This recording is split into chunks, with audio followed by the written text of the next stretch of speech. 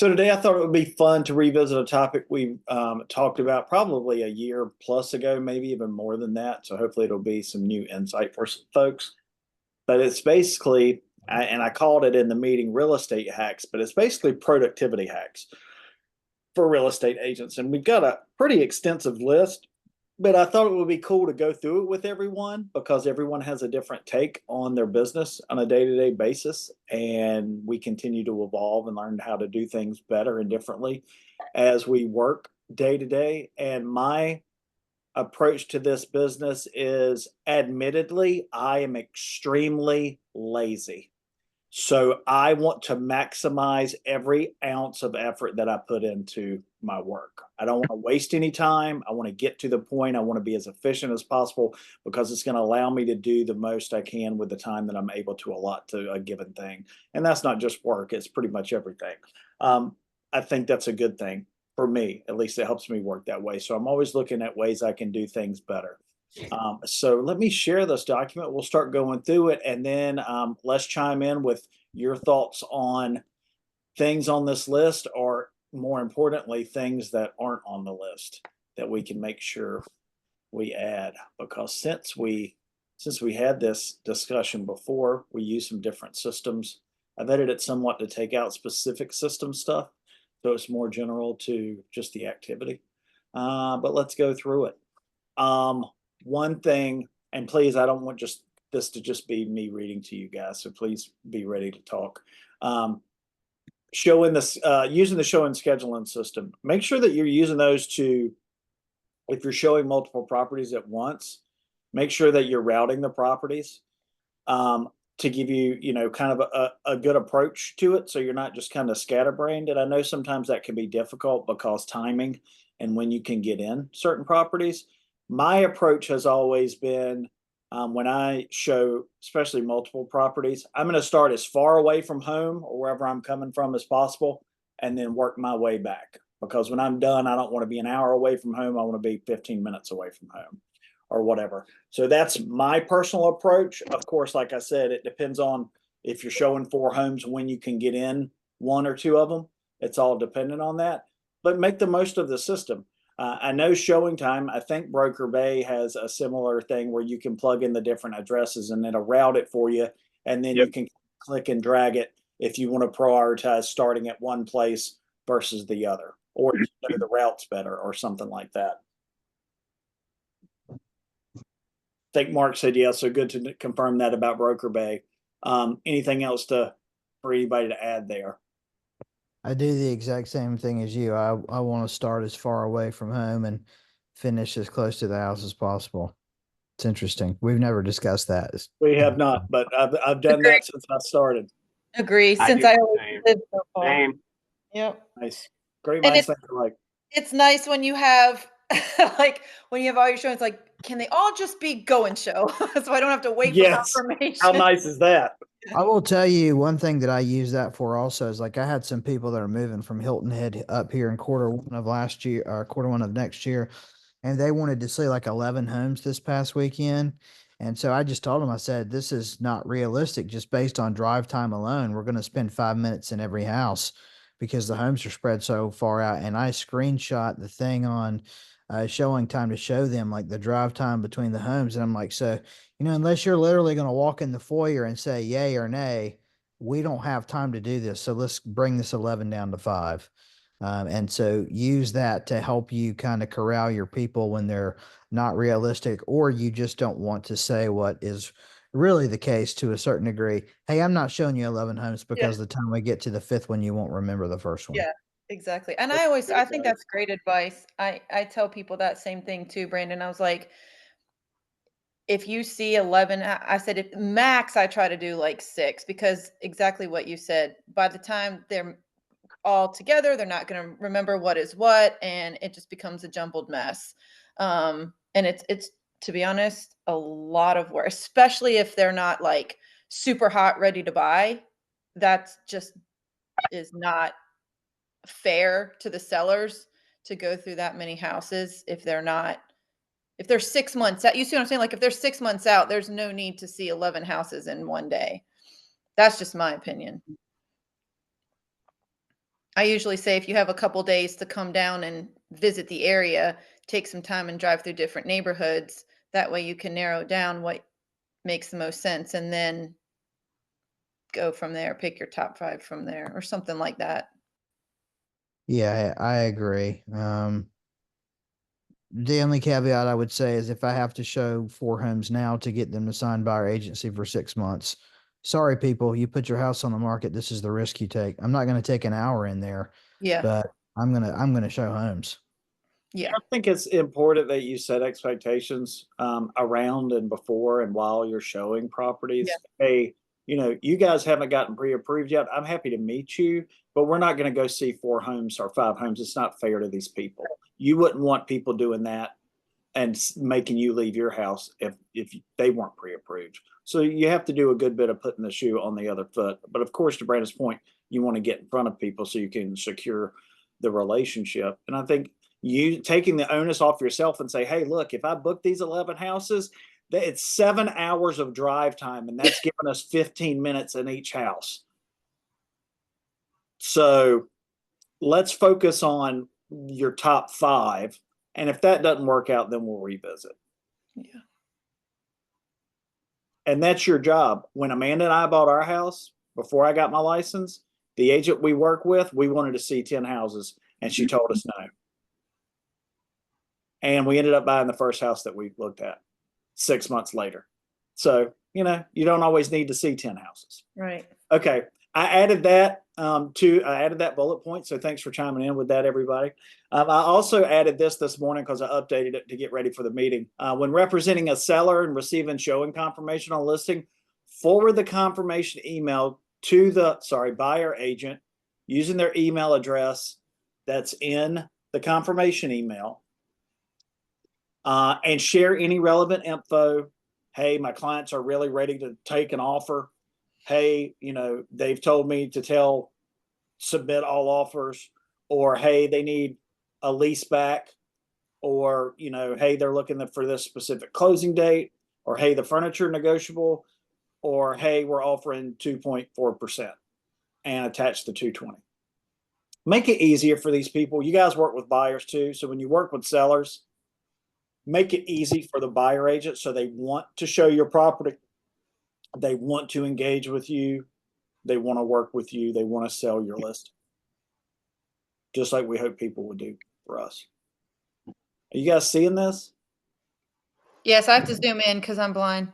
No, yeah. I meant seeing it in the marketplace. I'm not seeing it like I thought. No, I think listing agents are being very lazy, quite frankly. I think that if you have a listing, you save a note on your iPhone, or Janine, I know you don't use an iPhone, but I'm sure you have some sort of Google Notes. application where you can use you can Scribble it on a note. piece of paper or on the dirt in your yard and take a picture of it. You can send that picture, Janine. Just make a note that says, hey, this is Brandon Yop. I'm the listing agent for 123 Apple Drive. Thanks so much for scheduling a showing. I'd like to make sure you're aware that my sellers are providing a 2.4 buyer agency compensation. Let me know what questions you have and please give me feedback. My sellers have gone to great lengths to get this home ready for the market. We really appreciate it. Boom. It's easy. I mean, just save the freaking note and change the address when you have a new listing, and it's easy. I'm very surprised at the amount of people that aren't proactively reaching out to agents. I think,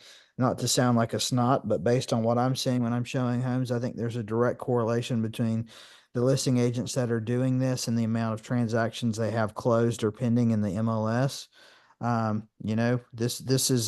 This all this new realtor association stuff is where the cream is going to rise to the top, in my opinion. So, but definitely be proactive. And, when you have a listing, if you're someone, when you're looking for a buyer, you're like, man, it would surely be nice if the covenants were provided by the seller agent. Well, then you make sure that you're doing those things for your homes and HOA communities when you're in that position to do it. That's my little Yeah, rant. my listing right now, we've had 6 showings and I've had 2 agents reach out and ask about commission. And then of course I emailed everything over and the one guy was like, no, that's okay. We'll hold off on that now. I'll let you know how the showing goes. And I'm like, okay, guy. But yeah, so I agree with you. But I still think that being prepared and having everything ready for them is going to be successful.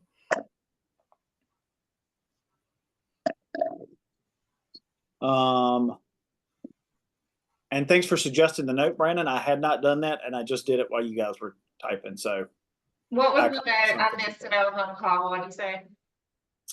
Just Brandon said, we're talking about when you're representing a seller, when you get a confirmation for a showing, to forward that email back to the buyer agent and just say, hey, thanks for booking a showing on my property. I wanted to let you know that we're offering X buyer commission. I've got the 220. I can send it if you want to submit an offer. Any other relevant information, closing date, lease back, any of that stuff. Please leave feedback. Let me know if I can do anything else to help. I've got a question, and I apologize if y'all have already discussed this or if it's not the appropriate time. I had shown a property and I reached out and I said, are you offering buyer agent commission? And they said, yes, it is negotiable with an offer. And I said, okay, well, my people aren't willing or don't want to see properties that the commission isn't paid. And she said, well, it's all negotiable. I can't give you a number. And I was like, okay, so is anybody else handling commission like that? When I was told that, I said, what did you put for the buyer agency commission in your agency agreement? Because exactly. there's a line for a number. Exactly. You mean with the listing agreement? Yes. Yeah, they have to fill that out on the list side. Okay, that was, well, I know, but I didn't know, like. That's what I asked. Well, I Okay. think there are some firms, and I'm trying to get a hold of one of these. If I can, I've asked a couple people and they said they would send it, but I don't have it yet. Otherwise, I would have shared it. There are some firms, Compass is one, EXP is one. Yes. They have a 4-page listing agreement that the state has allowed and approved for them to use. So they don't sign the same listing agreement that we sign. Oh. And so if you're an EXP agent or a Compass agent and you're using this listing agreement, it essentially says the Ocean Air Realty's firm fee is X. And then there's another section that says, are you willing? Basically, I don't have the exact language because of course I don't have the document. I just said that, but there's a separate section that says, would you entertain paying a buyer agency agreement or a buyer agent compensation? Yes or no. Some of the documents I am told have a specific percent and some of them do not. And they just get to that when they get the offer. So if they're a Compass agent or an EXP agent, or perhaps another firm that has this document that they've gotten approved by the North Carolina Real Estate Commission, they may not have something written in stone that they're going to pay a buyer agent. I just found this out like 3 or 4 days ago. So this is new to me, which is why I'm trying to get a copy of it. I think if we could, it would be interesting because it's definitely a lot less daunting asking someone to sign a 4-page document as opposed to 13. So I'm working on that. If I can get it, I'll share it with Doug and then we'll get it out to everybody. Well, that'd be interesting to see. I hadn't heard about that. My first impression is that's bullshit. There's no excuse for us not all working with the same documents. Well, and I see on social media, some of the people that I follow, they're like, don't call, don't text. If you send over an offer, then we'll negotiate the fee. And I'm like, if that's how everybody's going to do it, then That's maybe just lazy. I'm just trying to figure out what the new norm is and if there is one yet. So. Well, with EXP, I think coming down from the top nationally, EXP has directed all of their agents to say, we do not offer compensation. If you want one, you have to negotiate it as part of your offer. So they're more than likely not going to ever give you a percentage because that's what they're being taught. April, I have not gotten that response yet from any agent, although I don't got a ton of buyers right now, so I haven't had to ask the question a lot. But I haven't had anybody said it's negotiable. It's always X percent because. Well, I feel like, not to cut you off, Janine, I feel like that might be coming. So we might need to prep for it. It's because it's starting in bigger markets and I'm sure it will trickle down. Yeah. Yeah, I haven't. All right, let's move on. I don't want to make this a conversation Sorry. about agency. No, that's fine. It's a legitimate question. I'm glad you asked it because it helped us know that. But let's keep going. Here's a hack. Just get your people to commit to something and tell people and don't dance around this crap and try and play a game. Yeah. That's my hack. Use your personal URL for sharing properties to social media.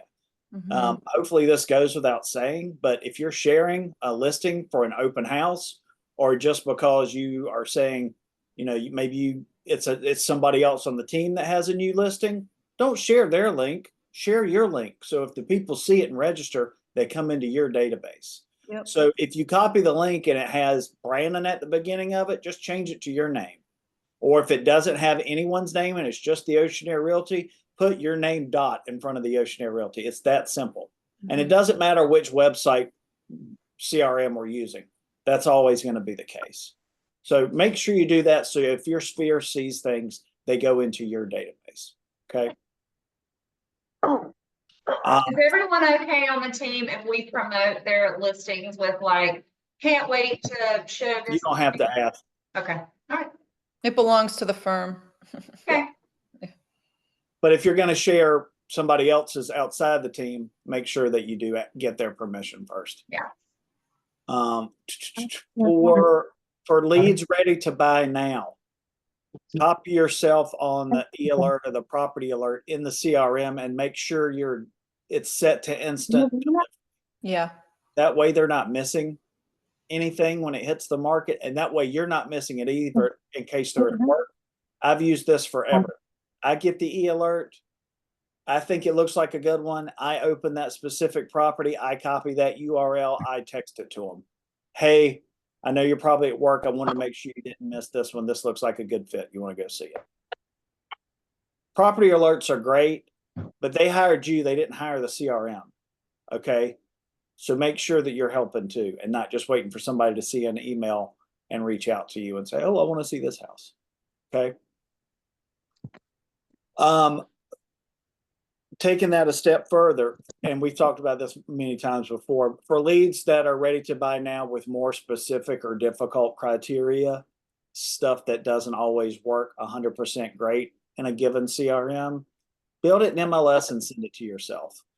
And then you can still forward that property from your CRM to them. Go find the property on our website that you got the MLS alert for and send that to them. That way they're looking at it. It's still on our website, but it might be something that didn't show up in your CRM search just because of a very specific criteria, something like that. Good to go with that. This is one that I've always done, and it was funny how we don't talk about things, but people end up doing similar things. Charles does this same thing. When prospecting and going through like to-dos or reminders or whatever, I'll open 10 different ones at a time and have 10 tabs, and then I'll knock out all 10 of them. And then if I've got 20 more to-dos, I'll open 10 more, and then I'll just go through and do all 10 of them, and then kind of rinse and repeat as I go through. Instead of like doing one at a time, I'll go through and prioritize the ones that I want to do, open the most important ones first, start there, and then kind of approach it in chunks. That way I can take a little 5-minute break if I need to back off or do something else or make another call not related to prospecting or answer email or something like that. It's just always really helped me chop up my approach to prospecting and following up with folks. I can't really stress this one enough. Be prepared at your showings. You can't just show up and open the door and not know anything about the house. Okay. I always print MLS sheets. I always print the seller disclosure. I don't typically print the mineral oil and gas rights. I will print the lead-based paint just because it's a different conversation to have. If there's a floor plan, I print the floor plan and give it to them. If there's a list of upgrades, additions, things like that, I'll print that and give it to them.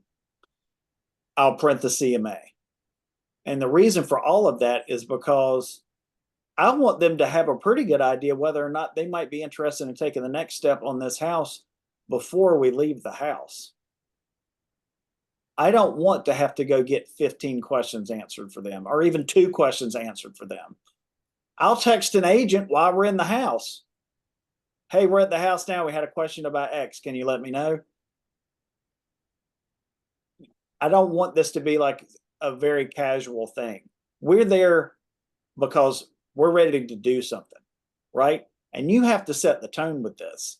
And if you're just opening doors and how do you like it, you got no factual information, you're not providing any value, I mean, you're less than an open house. So make sure that you're being proactive and you're coming prepared to talk about these properties.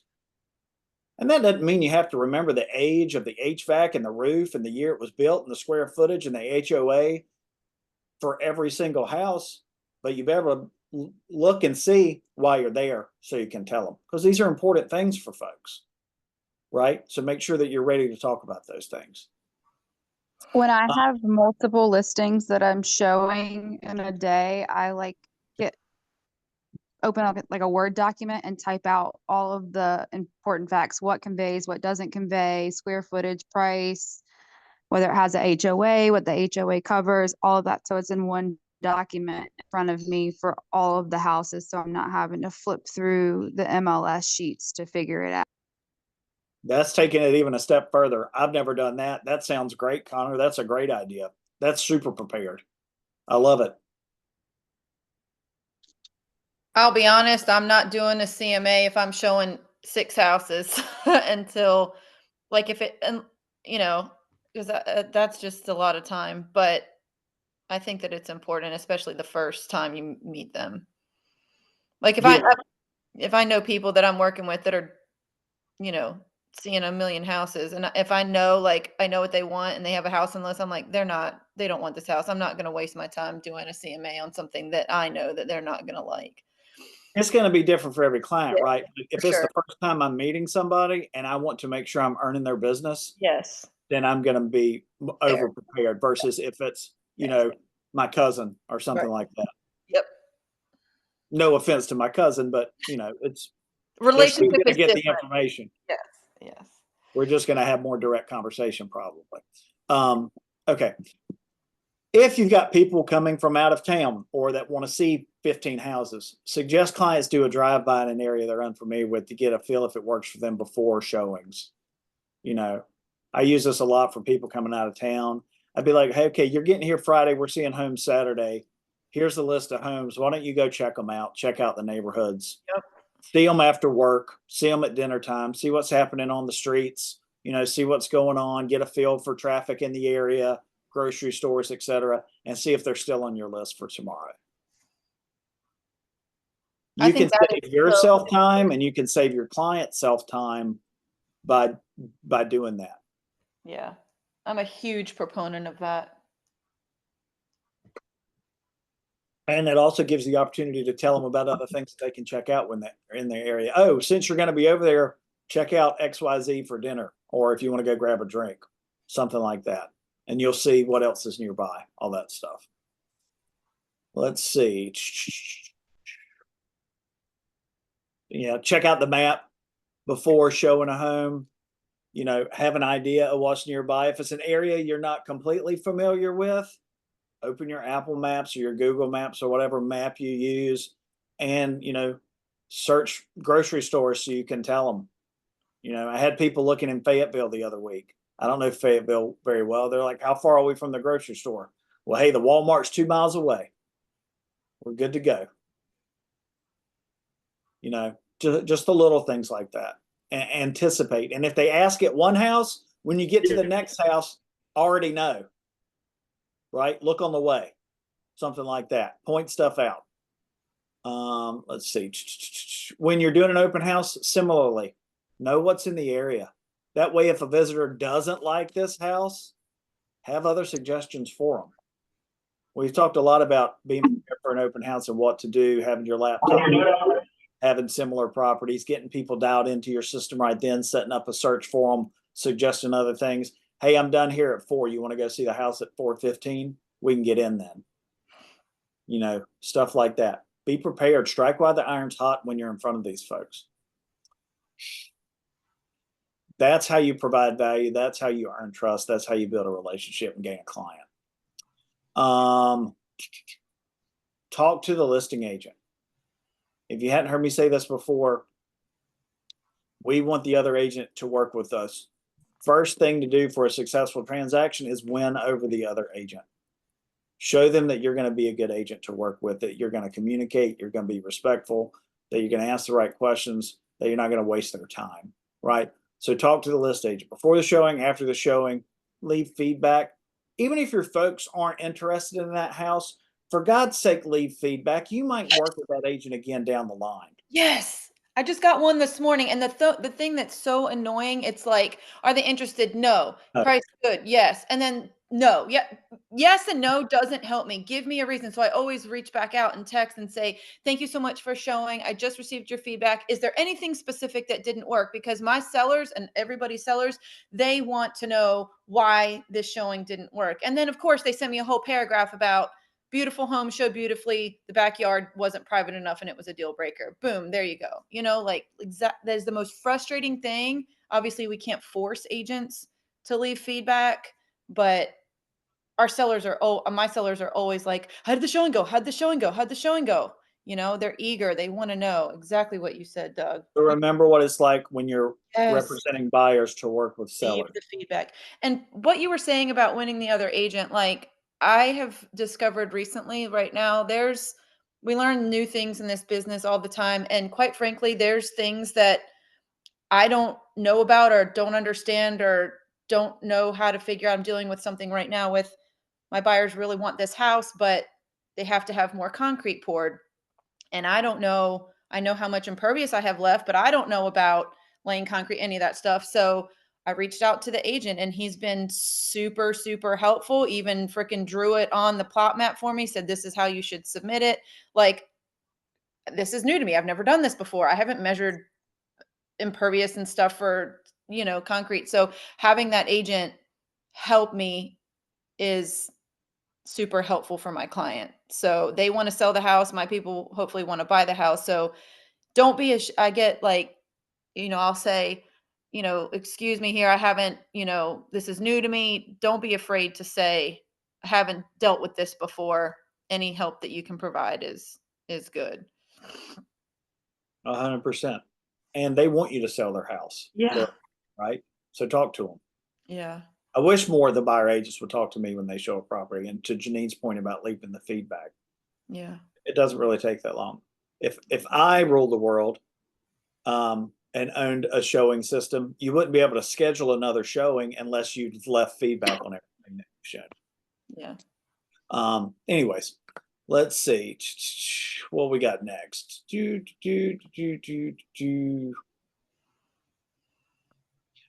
Look at listings. Look at prior listings of a property for more info if it's not available yet in the current MLS listing, or for other properties in that neighborhood. It's always frustrating when the HOA docs aren't in there, or if a disclosure is not in there. But if a home only sold 2 years ago and the disclosure is not in there currently, well, go back and look at the last disclosure. Yeah. So you can get an idea if maybe the roof was newer then or the HVAC was newer then. At least then, if it's a deal breaker for somebody, you might be able to rule something out. So just make sure you're taking that extra step. I've found lots of info from other listings or from, previous listings, expired listings, closed listings of the same property before. There can be good information in there. So check there as well. This kind of goes without saying, but make sure people understand what they're signing. Yeah. That's our job, to make sure people understand everything. So make sure you're being thorough. Make sure you ask more than once. Do you have any questions? Things like that. That's our job. That's what we're here for. I really got this from Brandon. I don't think I was doing it before. Have buyers sign every single document that's in MLS documents that the listing agent puts there. Floor plan, HOA docs, covenants, upgrades list, plat map, survey, anything, septic permit, anything. If it's in the MLS documents, I'm putting it in my loop and I'm sending it to my clients to view. So I have a record that I shared it with them, and I'm dropping a signature box or an initial box on the first page if it's not a form that has a signature line, just, so we have our bases covered. Make sure you're doing that. It's our job, again, to share all the information we have about a property, to disclose everything we have about a property. So make sure that you're doing that. Any questions about that? Great. This is on the professional services disclosure. Not used a lot on the buy side. It's primarily used on the listing side, but recommend your cash buyers have an appraisal done or have professional floor plans to verify the square footage in a listing for future resale purposes, especially if the listing agent isn't providing a floor plan with professional measurements. Why?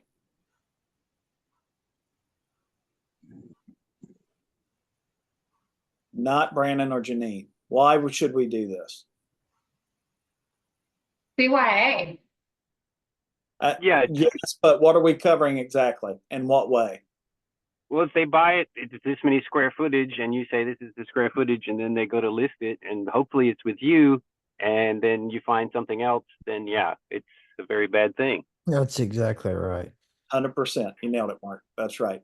I'm going to be honest. I'm not good about that.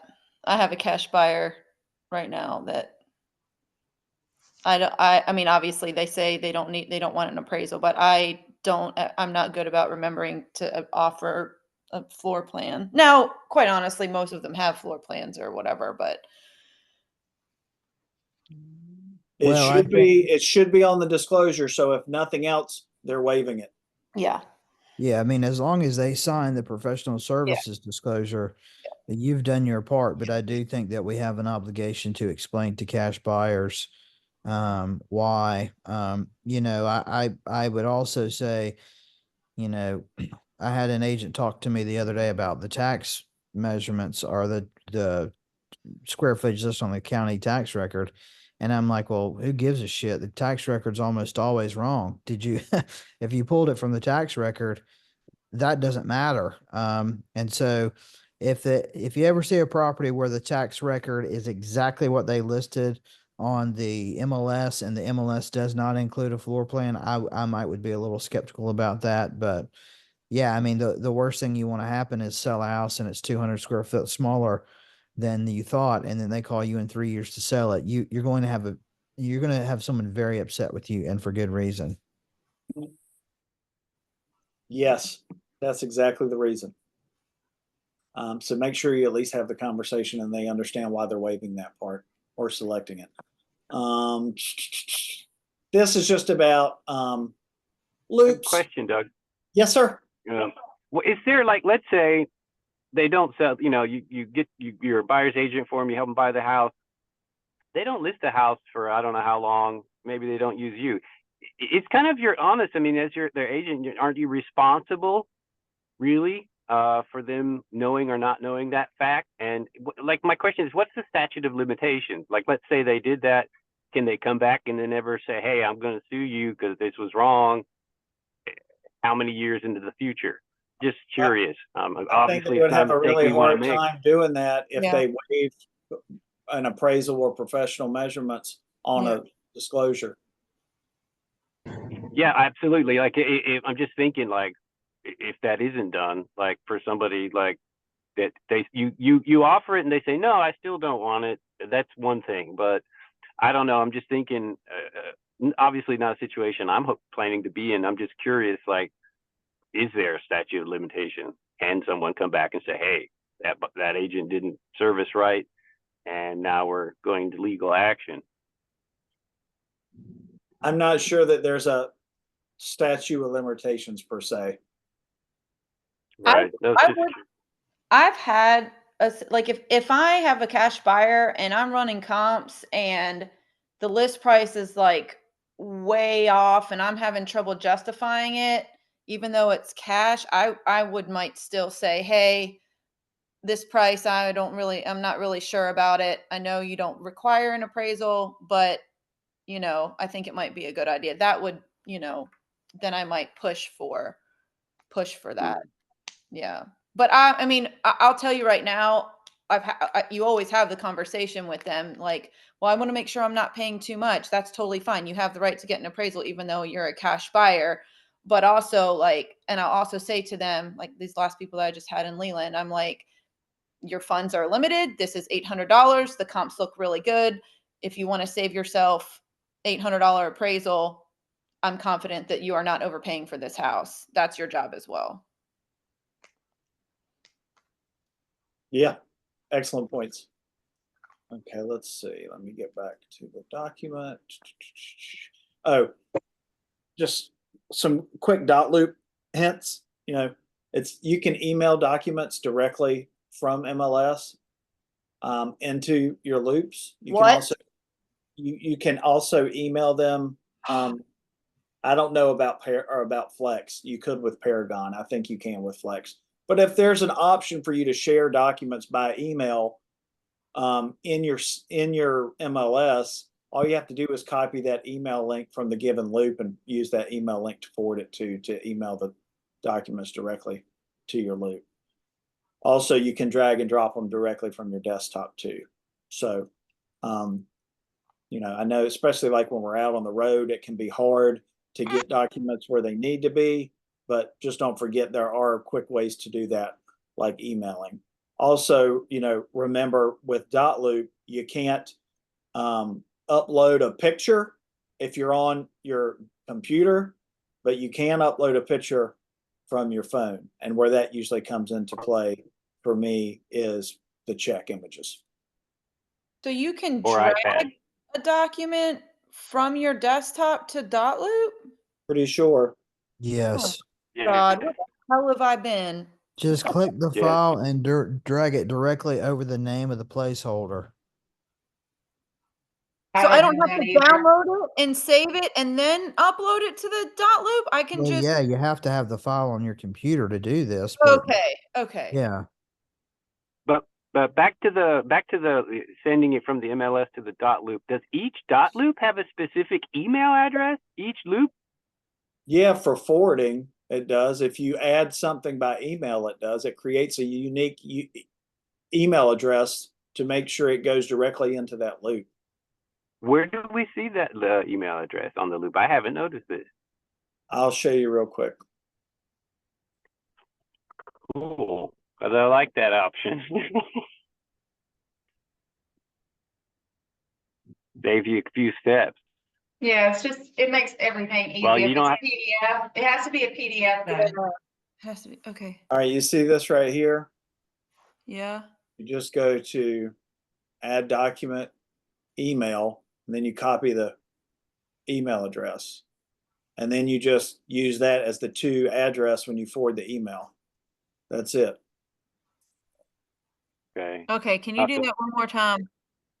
I'll have to look at it when I'm at home and have a bigger screen. Hold on a second. I feel so dumb right now. Love that.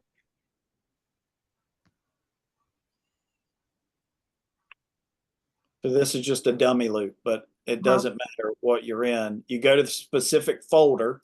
So you want to make sure you use the right folder. So offers and addendums or closing documents or inspections or whatever. And you hit add document and then you click email. And then it generates this email address and you just copy that and then you just paste that in the to line in your email that the document's attached to, and it'll forward it right into that folder. Love it. Everybody got it? Wow. That's cool. Thank you, Doug. You're welcome. I've had trouble with, sometimes if you have multiple people on the email, it may not work. So just be aware.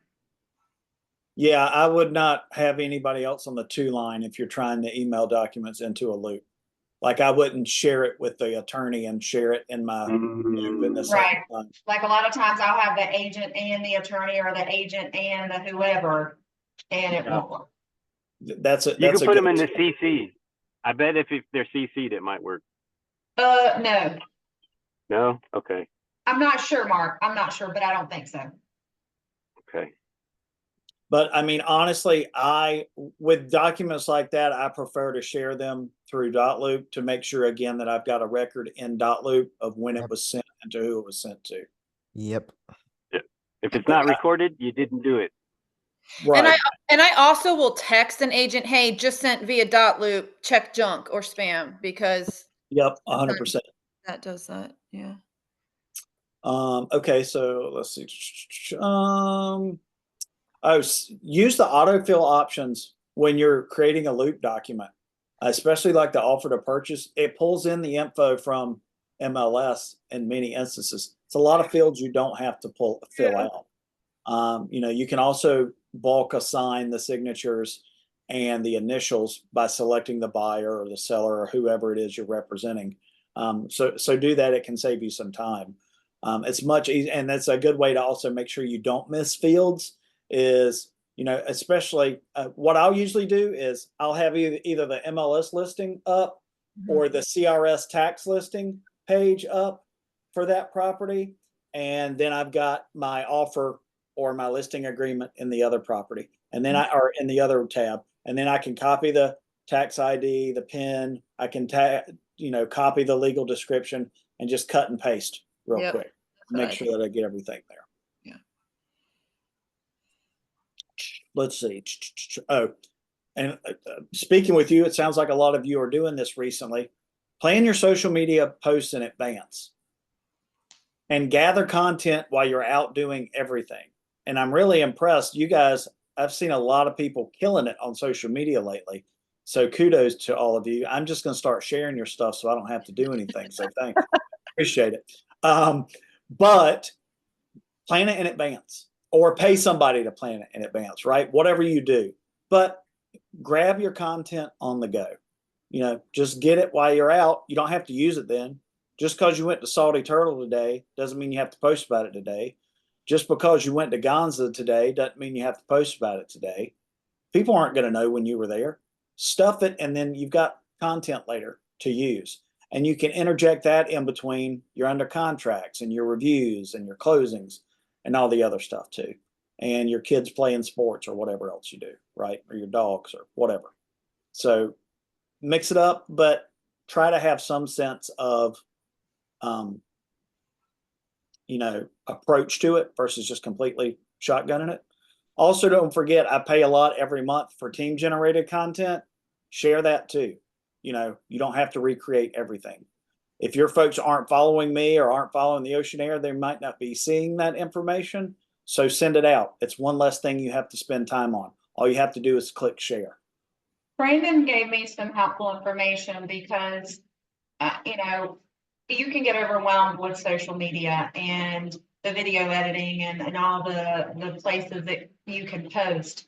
But ultimately, at the end of the day, unless you're trying to be a influencer, you still need to pick up the phone. You still need to be, the realtor, the one that's calling the people, the one that's emailing, the one that's texting, about real estate, and not, oh, I just had the best taco on the planet. So, just keeping it all in check. And I really needed to hear that day because I was like, I don't know what I'm doing. I don't have 3 posts this week or whatever. So April, your posts are good. You just post regular stuff. It's good.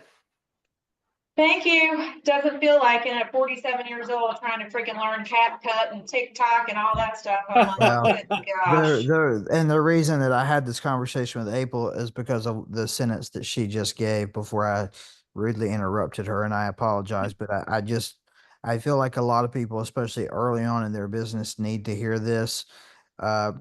Your likes on your social media and your followers do not make up the difference for a lack of conversations. If you're not having conversations with people, no one gives a shit where you're drinking your coffee if they're looking to buy a $500,000 house. The conversations are where we get business. The social media is good to keep people front of mind. There's absolutely a value to it, but I mean, I have friends up here in Raleigh that they ain't doing anything, and you would look at their social media and you would think they're cleaning the clock, and that's not the case. I mean, it's just completely detached from reality. So it's a good supplement to your business. It's relatively cheap marketing, but if you're not talking to people every single day, you're wasting your time, and it's not the best dollar producing activity in my opinion. And I say that as someone who's trying to do more social media, quite frankly. Agree. So the next thing I have on here is a question mark. So what else? What do you guys have to add? What are we missing?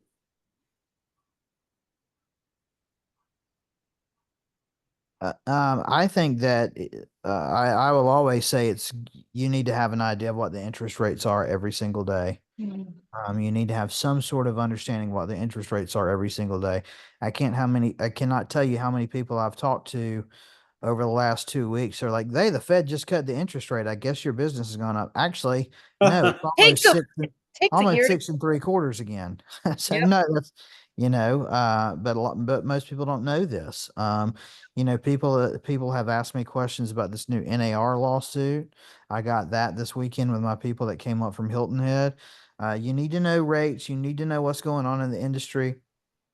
You need to be trying to get some sort of education about what's going on out there in case you get a question so that you don't look like a deer in the headlights.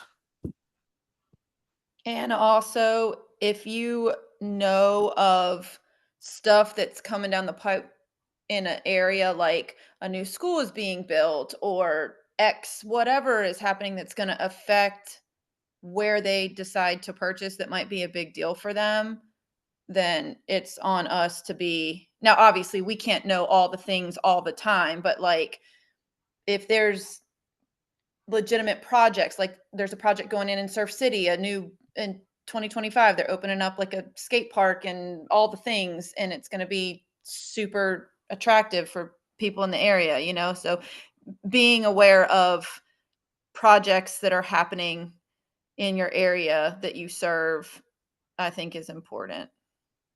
Whether it's, you know, businesses or schools or infrastructure or whatnot. Like, okay, you're purchasing this piece of land. Oh, yeah, there's nothing behind you. Get your ass on GIS, look that up, see who owns that. Is it an LLC? Is it a developer? Is it a wetlands property? Because you always have to, because the people are like, okay, this is great. I have this privacy, but it's never going to be built on. I'm like, no, you can't say in 10 years this isn't going to be bulldozed down and built upon. So just make sure that your people understand that what they see there now may not be what it is in 5 or 10 years as the area continues to grow.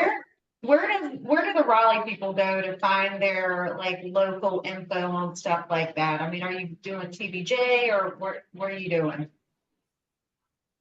I mean, I try to keep an eye on the news. I don't really watch the news. I follow local news on X more than anything. For interest rates, I'm checking Mortgage News Daily every day, usually first thing in the morning and in the afternoon around 4. They usually only do one reading a day. Every once in a while, they'll do a second read, which means they change the rates twice. And honestly, just having conversations with people. I mean, Yeah. as you're having conversations with people in your business and with your sphere and your relationships, people tell you what they're doing. They tell you, hey, have you been to this place? No, I haven't heard of this. Like the other day, Chris Buffalo is doing some work at our house, and he was like, man, they opened 5:40, and that saved me 45 minutes driving to your house this morning. Well, Sophie had been sick, so I hadn't really been paying attention to anything. I was like, wow, 5:40 open. Okay, that I should know this.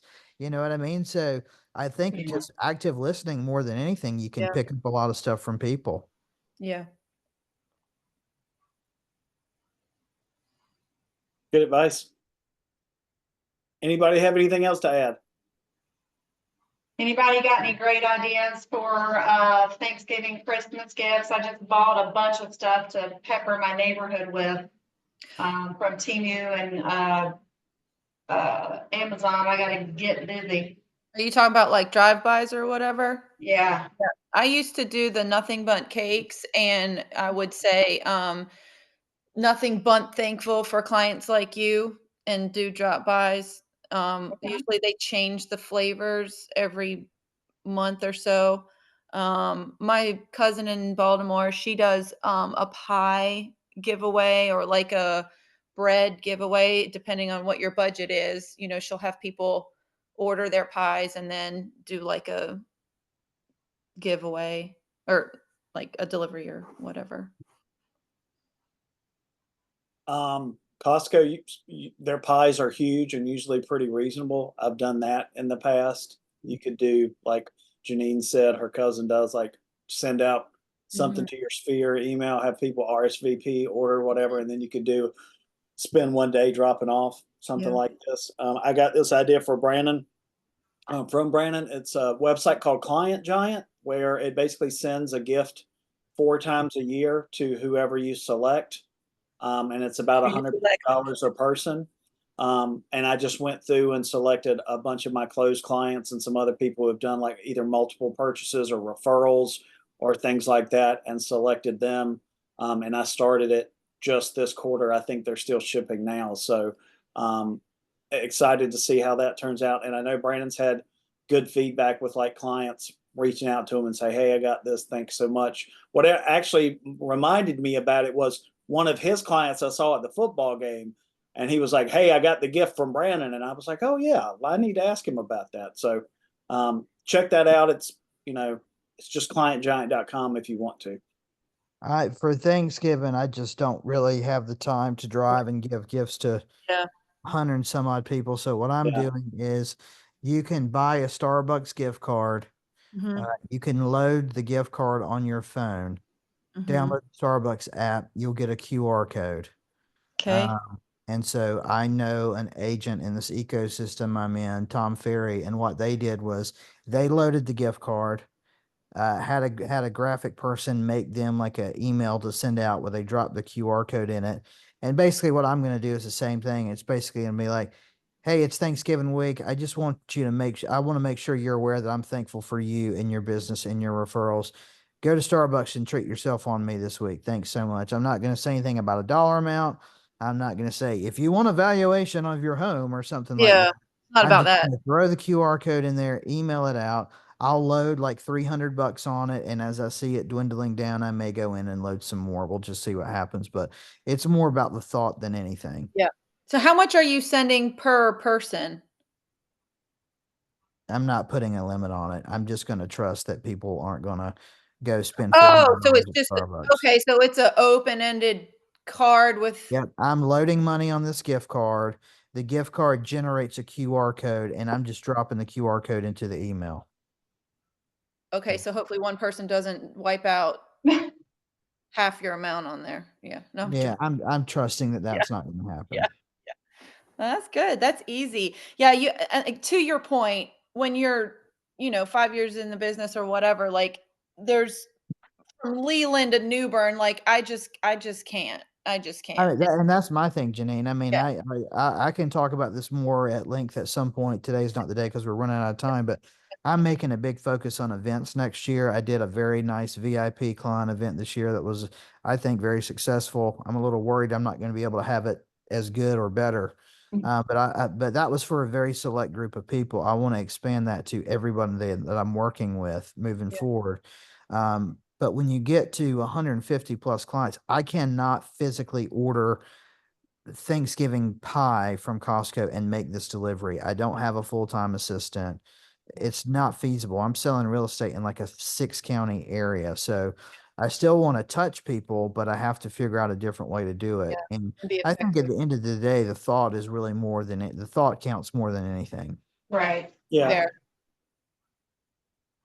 All right. I am going to wrap this up. Everybody, thanks for your participation. I'd love to talk more about it, but I've got to jump on a call with Lofty next. So I'm going to go. You guys Lofty, have a you're great day. fired. Yeah. See See you later. It's not with Lofty, it's with Sync about Okay. integration. So I will keep you guys posted. I hope that you're reading the emails that I'm sending to keep you all abreast of what's happening.